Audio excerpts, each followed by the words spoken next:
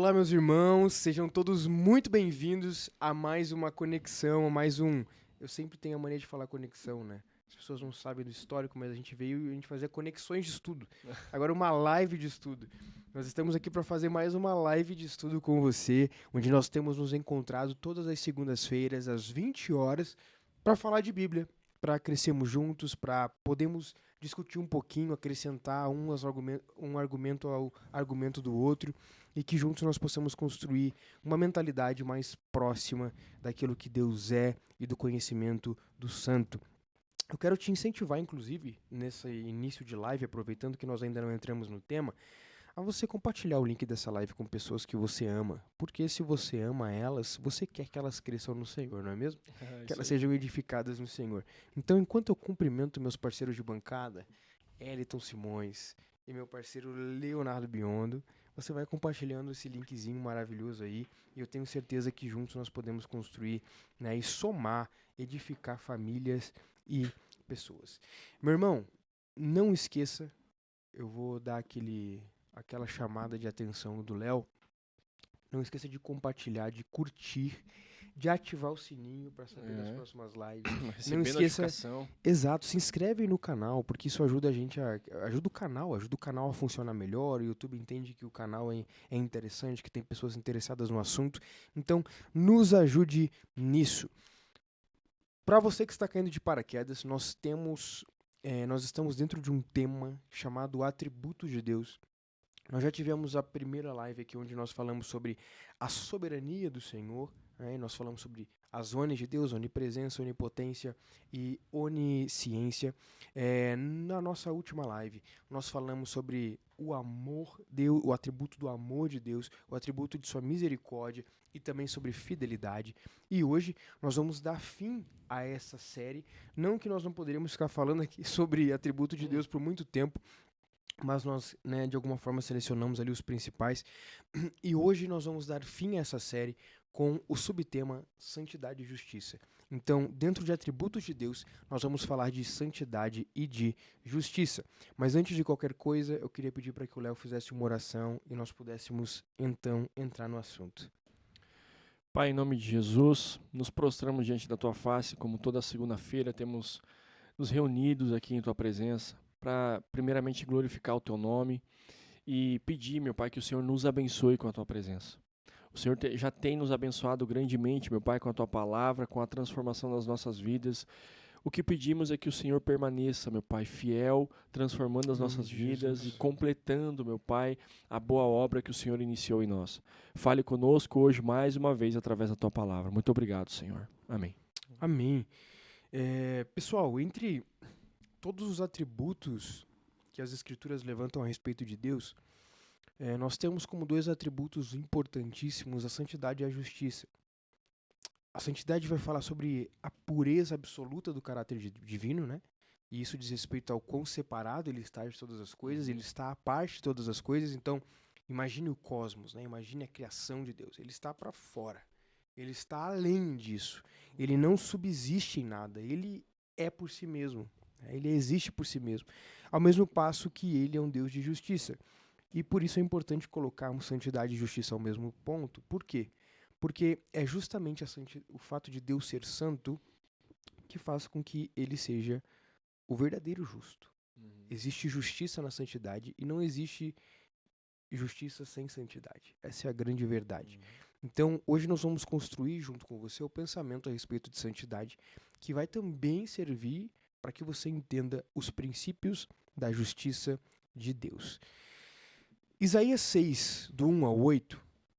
Isaías 6, do 1 ao 8, você pode puxar sua Bíblia aí com a gente, para você ler conosco. Isaías 6, do 1 ao 8 mesmo. Nós temos o texto que vai dar início à nossa fala aqui sobre santidade. E a Bíblia diz assim, ó. No ano da morte do rei Uzias, eu vi o Senhor assentado sobre um alto e sublime trono, e as abas de suas vestes enchiam o templo.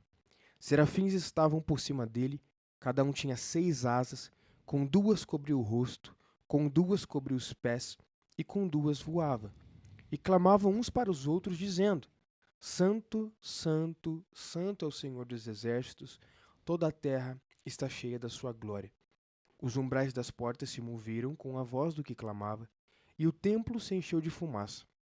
Então, olha a reação de Isaías frente à situação, né? Deus então estava ali presente, Deus estava enchendo o templo com a sua presença, e a reação imediata de Isaías, sem que Deus dissesse nada, é essa: ai de mim, eu estou perdido, porque sou homem de lábios impuros e habito no meio de um povo de lábios impuros.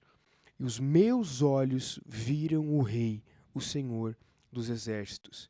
Então um dos serafins voou para mim, trazendo na mão uma brasa viva que havia tirado do altar com uma pinça, e com a brasa tocou a minha boca e disse: eis que esta brasa tocou os meus lábios, os seus lábios. A sua iniquidade foi tirada e o seu pecado perdoado.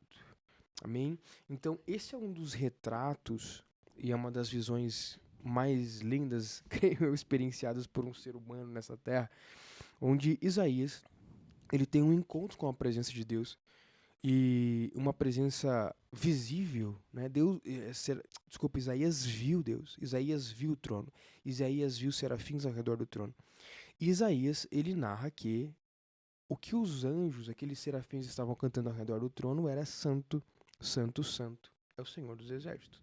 E isso é interessante, ao passo em que o elemento ou o atributo de Deus mais exaltado pelos serafins e a forma deles dignificarem o nome de Deus e bendizerem o nome de Deus era com o atributo de sua santidade.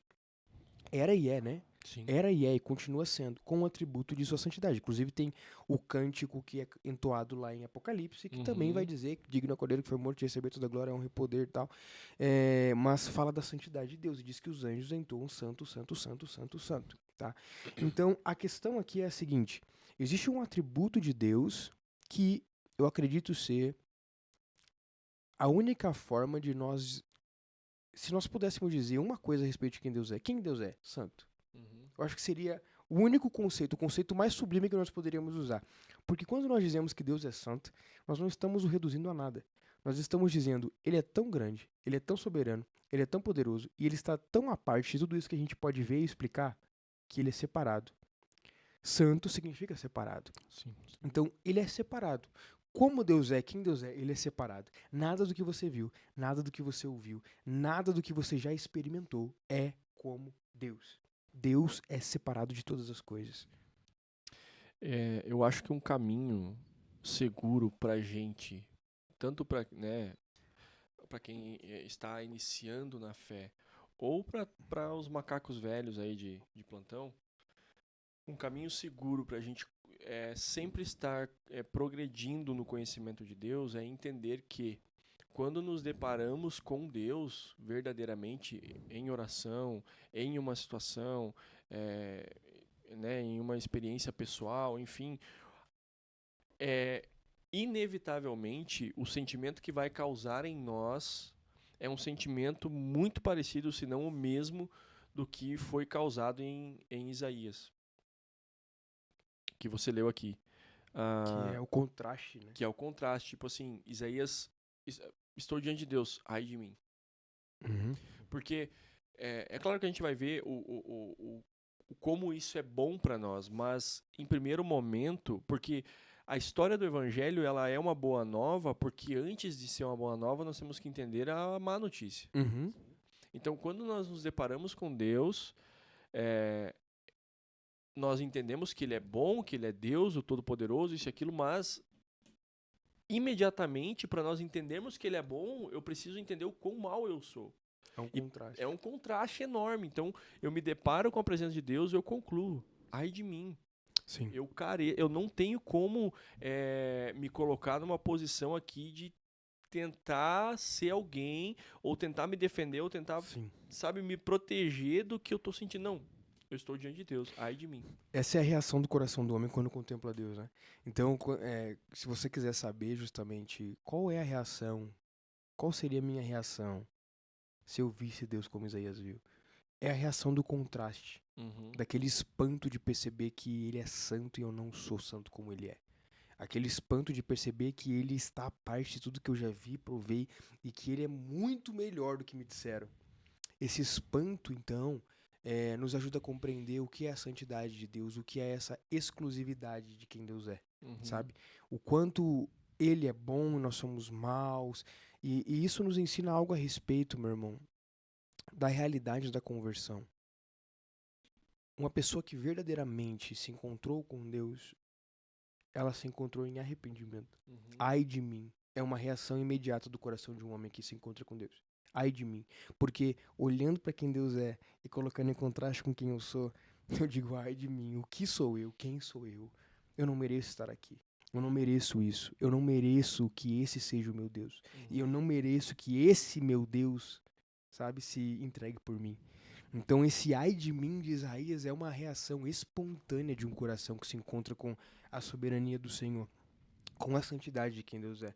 Deus é santo e isso implica no fato de que nele não há mácula, isso implica no fato de que nele não há pecado, nele não há sujeira, né? Deus não tem nenhum um pixel de corrupção, né? Nenhum um pedaço de corrupção. Deus é perfeito, Deus ele é santo. E justamente isso vai nos demonstrar o porquê que mesmo em meio à onisciência, onipresença e onipotência de Deus, Deus não é um tirano. Porque, assim como nós falamos lá no primeiro episódio, a onipotência de Deus, ela age de acordo com quem ele é. Ou seja, Deus é santo, por isso todos os atributos de Deus, eles são manifestos em santidade. E agora, né, aproveitando o parêntese do que eu estou falando aqui, a gente acaba por consequência entendendo a glória de Deus. Sim. Que é justamente essa manifestação da santidade de Deus. Deus é santo e quando essa santidade se manifesta, é glória. Então, quando nós contemplamos a glória de Deus, nós estamos contemplando a santidade de Deus, ou o quanto ele é separado, o quanto é sublime aquilo que ele é, o quão sublime é aquilo que ele faz, aquilo que ele é por essência, sabe? E isso contrasta com quem nós somos. E o salmista, lá em Salmo 77:13, ele fala assim: o teu caminho, ó Deus, é de santidade. Que Deus é tão grande como o nosso Deus. E puxando um pouco isso que tu trouxe ali, Roberto, e também ele não fala apenas da santidade, mas ele fala tipo da grandeza de Deus. E não tem, tipo, é meio complicado até de a gente conseguir explicar, porque a gente conversou um pouco antes ainda, tipo, sobre a santidade, e os outros atributos de Deus, eles vêm através da santidade. Deus, ele é onipotente porque ele é santo, entendeu? Então tem muita coisa que às vezes a gente acaba não conseguindo compreender, tanto pelo nosso intelecto, ou às vezes porque a gente não estuda também, entendeu? Mas a gente vê que, cara, tipo, Deus é santo, santo e santo. É simples assim. Esse é o grande adjetivo de Deus, né? Exato. Esse é o grande adjetivo de Deus, essa é a grande marca dele. Sim. É a sua separação de todas as coisas. Por exemplo, um anjo é muito bonito, sim, mas não é... Deus é santo, santo, santo. Ele é separado de tudo. Sim. E levando essa característica de separação, linkando com o que o Elito falou ali, nós temos que, para aprender a diferenciar, né? Você falou que Deus é todo-poderoso e ele não é um tirano porque ele é santo, antes de ser talvez todo-poderoso. E aqui eu tô usando um pouquinho da minha imaginação para saber, né? Mas de fato ele é santo e abaixo de sua santidade, eu diria, viriam todos os outros atributos, né? Aí, linkando com o que o Elito falou, tá, mas se Deus é todo poderoso e ele é santo, por que há maldade no mundo? E ele é todo poderoso, então a maldade no mundo, a morte, a doença, isso, a fome e tal, então ele é um tirano. Não. Essas consequências, esses acontecimentos são consequências do pecado e não do poder de Deus ou da sua santidade. Sim. Né? Porque uma coisa que nos ajuda e parece redundância, nos ajuda a entender e parece redundância é que tudo que é pecado, que é mal, não é Deus. Sim. Na sua essência, não como consequência. Sim. Porque Deus, sim, aplica consequências de acordo com o pecado da humanidade. Mas uma coisa que nós precisamos entender é que Deus genuinamente não tem nada de pecado em sua existência. O conceito que a gente usa para isso é que Deus é o bem supremo. Deus é o bem supremo. Então, quando se busca o que é bom, o que é bem, né? O que é o bem? É Deus. Então, Sim. Deus é o bem supremo. Toda a perspectiva de bem que nós temos, ou do que é bom, do que é o bem, ou até quando nós agimos por consequência disso, daquilo que é fazer o bem, procede de Deus. Sim. Vem de Deus. Deus é o bem supremo. E, inclusive, eu acredito que isso nos ajude a estabelecer o gancho entre santidade e justiça, porque o fato de Deus ser santo estabelece uma ligação entre Deus é o bem supremo e Deus é santo, perfeito? Logo, ser santo é ser bom. Sim. Né? Então, e ser bom é ser santo. E apenas nesse lugar onde a santidade ela se relaciona com a bondade suprema ali em Deus, é que nós conseguimos frutificar numa justiça que realmente é justiça. Ou na justiça suprema, vamos dizer assim. Sim. Né? Naquilo que seria, ou que significa a justiça no seu fim último. E também na sua causa primeira. Deus é a causa primeira da justiça. Então, quando nós pensamos em justiça, como cristãos, nós não podemos nos contentar com a justiça do mundo na ideia de sempre tentar restituir o meu problema, sabe? Por exemplo, ele me roubou, então ele me restitui. Justiça não é tão simples assim. Claro, essas coisinhas do dia a dia fazem parte do que é justiça, mas justiça não é tão simples assim. Justiça, ela, em primeira instância, ela faz parte de um caráter, do meu caráter, né? Então, o primeiro impacto da justiça de Deus sobre o indivíduo não é nos atos, é no interior. Eu me torno mais justo quando eu conheço a Deus, certo? E é na justiça de Deus que eu moldo aquilo que eu vou chamar de moral. Sim.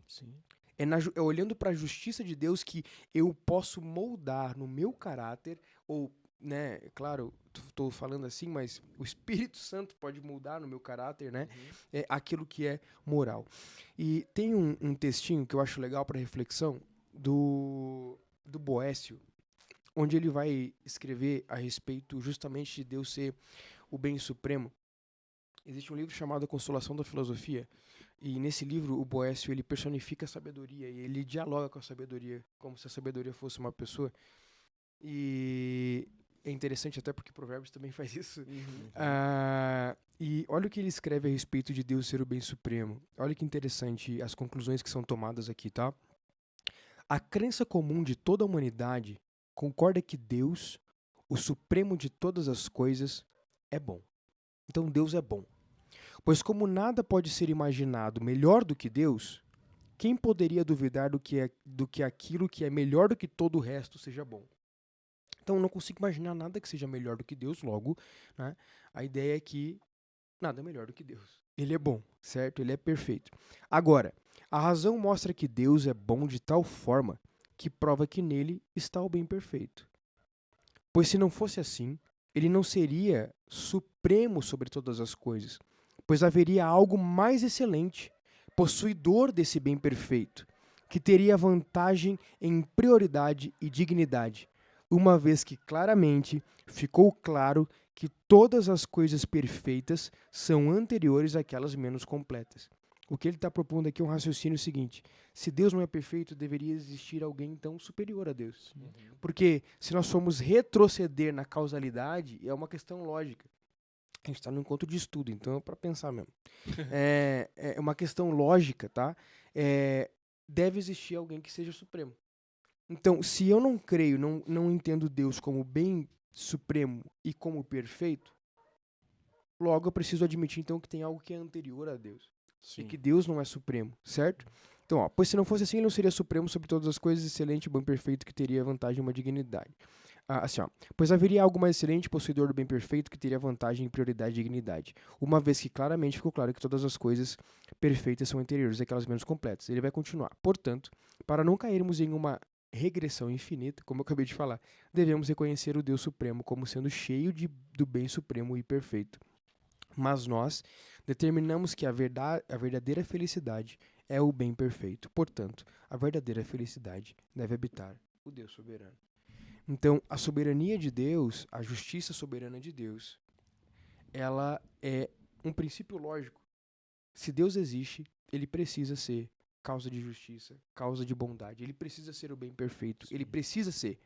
Então, quando você não acredita, como algumas ideias, ou ideologias ou algumas frentes religiosas vão dizer que Deus não é perfeito, ou que Deus pode de alguma forma não ser perfeito, como por exemplo a linha epicurista do que seriam os deuses, nós temos o seguinte problema, de que se eu não creio na perfeição de Deus, na justiça perfeita, na supremacia da sua santidade, eu automaticamente estou dizendo que deve existir algo anterior a Deus, porque a causa primeira das coisas necessariamente precisa ser suprema.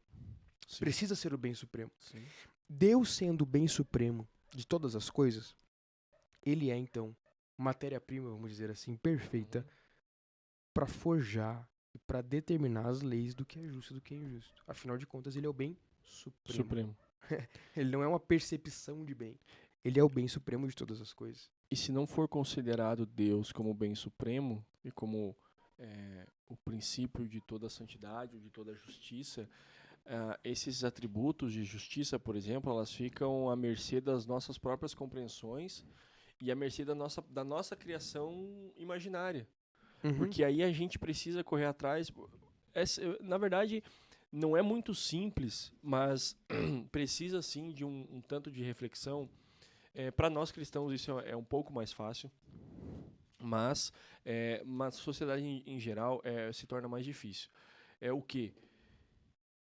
Pensa em tudo que é bom, tudo que é justiça e tudo que seria o correto, né, no âmbito da moralidade, no âmbito da espiritualidade, daquilo que é certo e errado e tudo mais.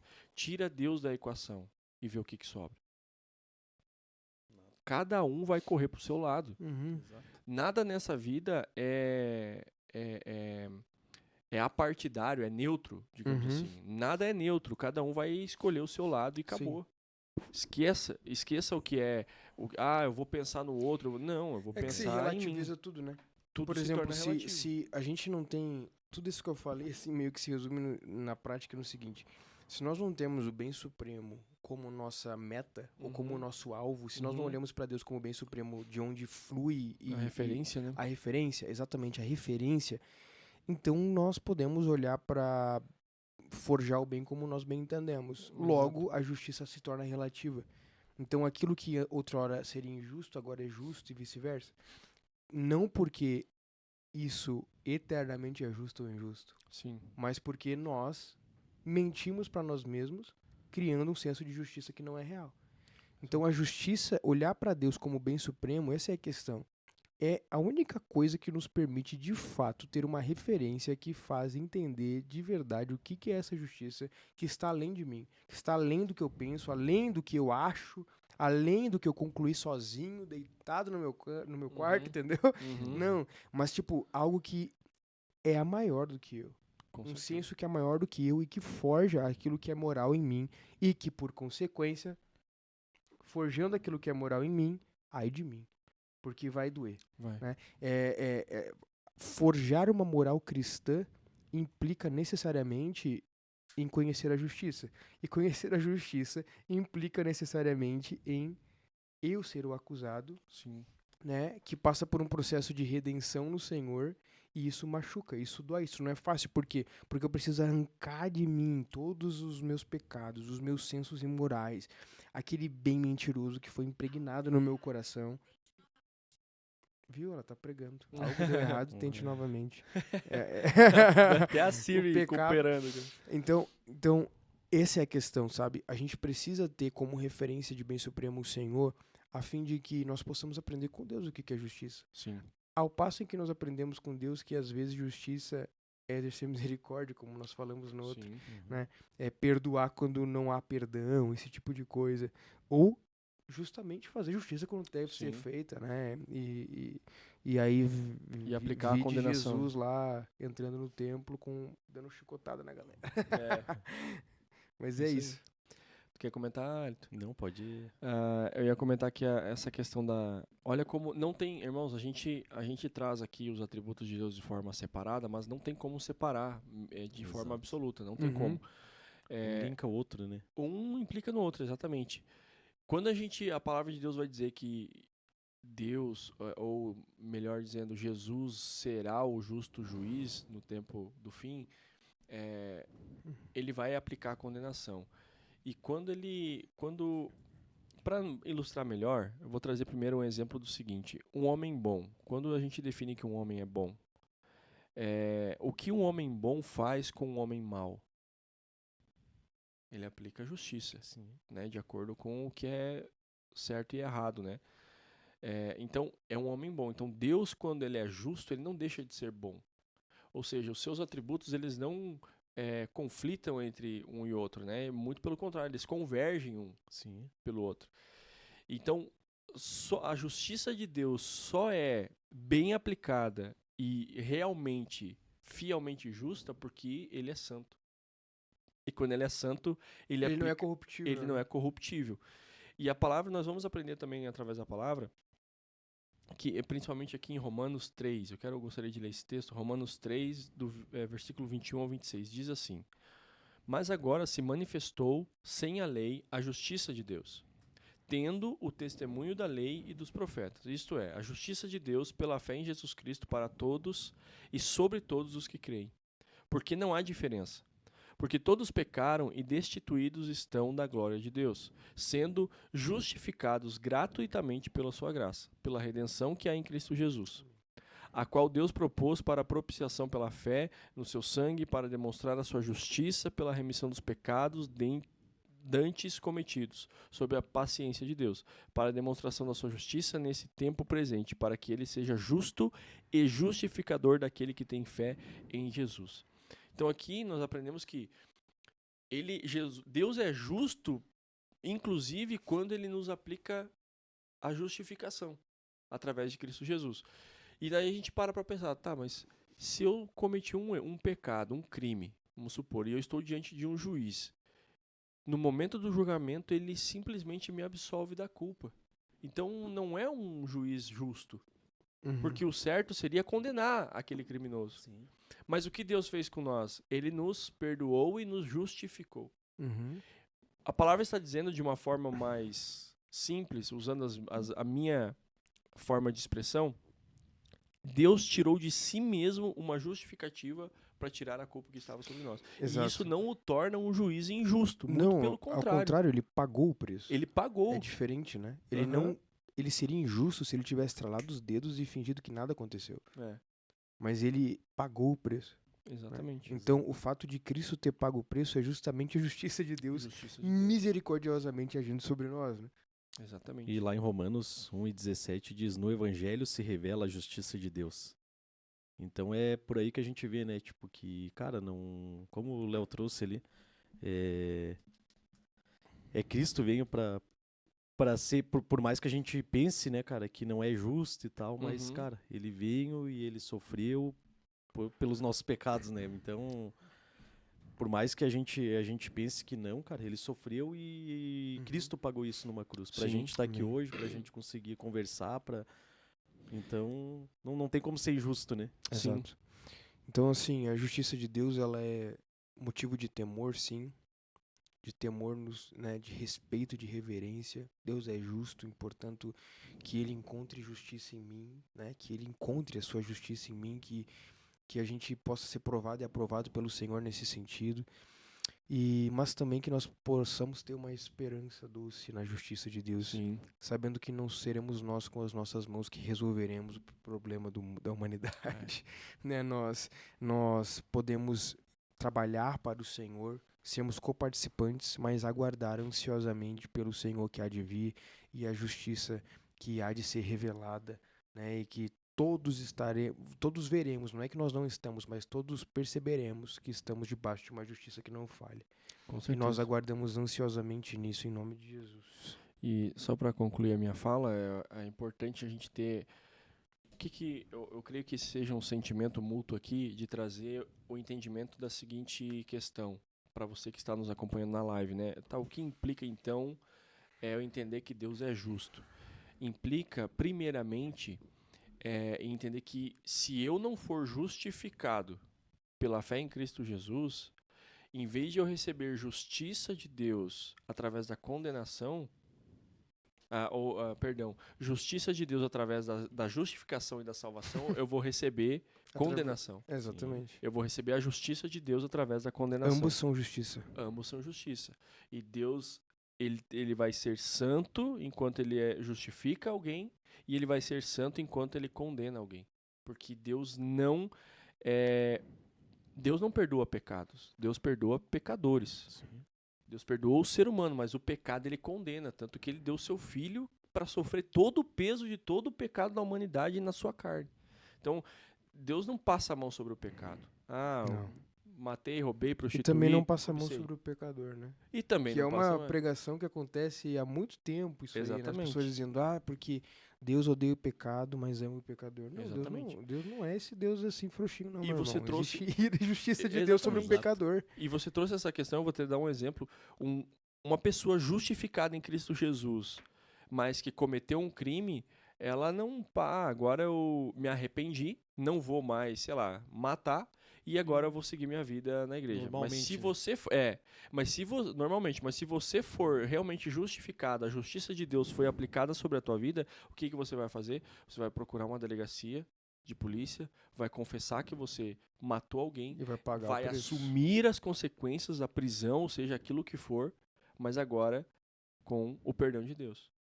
Perante Deus, tu não deve mais nada, mas não te exime da responsabilidade daquilo que tu Sim, fez. E é social claro, eu que dei você um tem. exemplo aqui e tem erros e Sim, erros, sim, né? sim. Mas então, uma das questões que eu creio que seja fundamental a gente entender é que Deus, primeiramente, ele aplica a justiça em nós, quando nós Amém. temos um encontro com ele. Amém. Amém? Amém. Eu acho que seria isso. É isso. Meus irmãos, e com isso nós encerramos, claro que de forma super breve e resumida, essa série de 3 episódios sobre os atributos de Deus. Se você chegou nesse, assista o primeiro e o segundo, para ser complementar aquilo que nós estamos falando aqui. E esperamos que tenha edificado sua vida. E mais do que isso, sabe? Que você tenha se sentido impulsionado a buscar mais, procurar mais, a ler mais, a fuçar mais a teologia a respeito do Evangelho. Porque isso é uma prática espiritual inegociável na vida de um cristão. E também eu acho importante a pessoa citar em suas orações, né? Tipo assim Sim. como o Roberto leu ali, que os anjos falam a todo momento Uhum. que Deus é santo, a gente também, tipo, proclamar isso em nossas Aham. orações e falar, tipo, das grandezas e dos atributos de Deus, né? Isso também é bem Uhum. importante. Até porque isso aprofunda as nossas orações, né? Nós só conseguimos orar para Deus aquilo que nós conhecemos de Deus. Uhum. Então, conhecer um pouco mais sobre os atributos de Deus, inclusive, torna as nossas orações mais profundas. E nós Exatamente. temos um entendimento um pouco melhor de para quem estamos orando Uhum. e sobre o que estamos orando e como Deus enxerga aquilo pelo qual nós estamos orando, né? E um conselho que o teu pai me trouxe uma vez também, que eu acho importante, é o livro de Salmos. É um livro onde ele cita bastante, tipo, nas poesias e tal, os atributos de Deus. Uhum. E para quem quer conhecer um pouco mais sobre os atributos, leia o livro de Salmos que tu vai Uhum. se... Com certeza. Com certeza. Gente, Deus abençoe. Muito obrigado por você ficar com a gente até aqui. Obrigado por acompanhar a nossa série. A série acabou, mas o estudo bíblico não. Então, na segunda-feira que vem, se o Senhor assim nos permitir, nós estaremos aqui novamente e queremos te convidar para o nosso domingo às 10 horas da manhã, onde nós nos encontramos aqui como família e nós temos o nosso tempo de culto aqui em Laje, Santa Catarina, 10 horas da manhã, comunidade de Giovanici, e você é o nosso convidado.